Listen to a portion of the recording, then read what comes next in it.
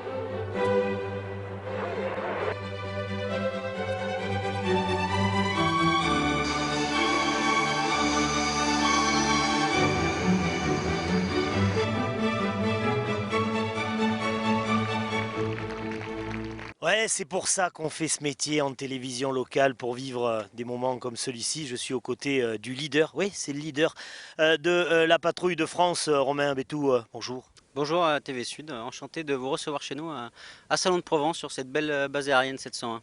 Bon, je viens d'assister là à l'entraînement. D'abord, bravo, on s'est régalé, moi j'en ai pris plein les mirettes. Comment on sort de l'Alpha Jet après ce que vous avez fait? Bah, un petit peu trempé, là vous avez vu, c'est également à cause des conditions météo parce qu'il commence à faire bon, 25 degrés. Donc on sort un petit peu éprouvé par le vol parce que ça demande beaucoup de concentration et physiquement. Sur la deuxième partie du vol que vous avez vu les croisements, etc. C'est ce qu'on appelle la synchronisation et c'est une phase de vol qui est très dynamique. Donc on prend beaucoup de facteurs de charge, donc on sort un petit peu essoré à la fin de ce vol. Voilà. Ce qui m'a surpris, parce que j'étais avec celui qu'on appelle le numéro 9, le remplaçant qui vous parlait, et j'entendais vos conversations et j'entendais le rythme de votre parole. C'est entre ce que je voyais, moi, qui allait très vite, et le calme avec lequel vous donnez vos ordres. Il y a vraiment une distorsion impressionnante. Alors en fait, le système de pilotage à la Patrouille de France, c'est à la voix du leader, ce qu'on appelle la musique. Et donc je me dois d'avoir toujours le même tempo quand je parle, même si dans l'avion, effectivement, il y a une différence avec le rendu où c'est plus dynamique, pour que en fait, les gens aient le temps d'ouvrir la main, de faire les gestes que j'annonce pour qu'on soit parfaitement synchronisé. Une question bête, mais vraiment bête, on a dû vous la poser des dizaines, des centaines, des milliers de fois. Comment on devient leader de la Patrouille de France? On écrit à qui? On téléphone à qui? Alors pour être leader de la Patrouille de France, c'est très simple. En fait, il faut être militaire, aviateur de l'armée de l'air et en étant pilote de chasse. Voilà, il faut avoir un cursus de pilote de combat, totaliser 1500 heures de vol minimum, être chef de patrouille, c'est-à-dire la plus haute qualification dans toutes les missions opérationnelles de la chasse. Et ensuite, il faut postuler et être choisi par l'équipe. On intègre l'équipe en tant que numéro 4 et l'année d'après, on devient leader.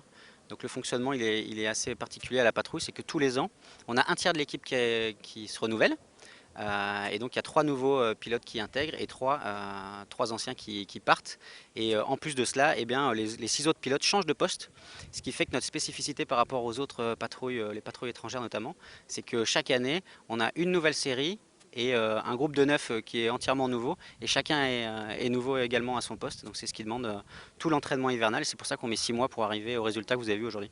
On a vu la préparation avant le décollage, le dialogue avec votre mécanicien et cette confiance qu'il y a dans le binôme. Oui, alors en fait, on a coutume de dire que il y a un triptyque, en fait, il y a un trio. L'avion, en fait, hein, c'est lui le vrai héros hein, dans toute cette aventure, c'est l'avion. Et ensuite, le mécanicien et le pilote. Et c'est le mécanicien qui choisit son pilote au début de l'année. Et du coup, il y a des liens très forts qui se lient. Et comme vous l'avez dit, eh bien, c'est une totale confiance qu'on a les uns envers les autres. Et c'est à l'image de ce qui se passe dans l'armée de l'air, dans tous les escadrons opérationnels, où en fait, il faut faire confiance les uns envers les autres pour accomplir la mission.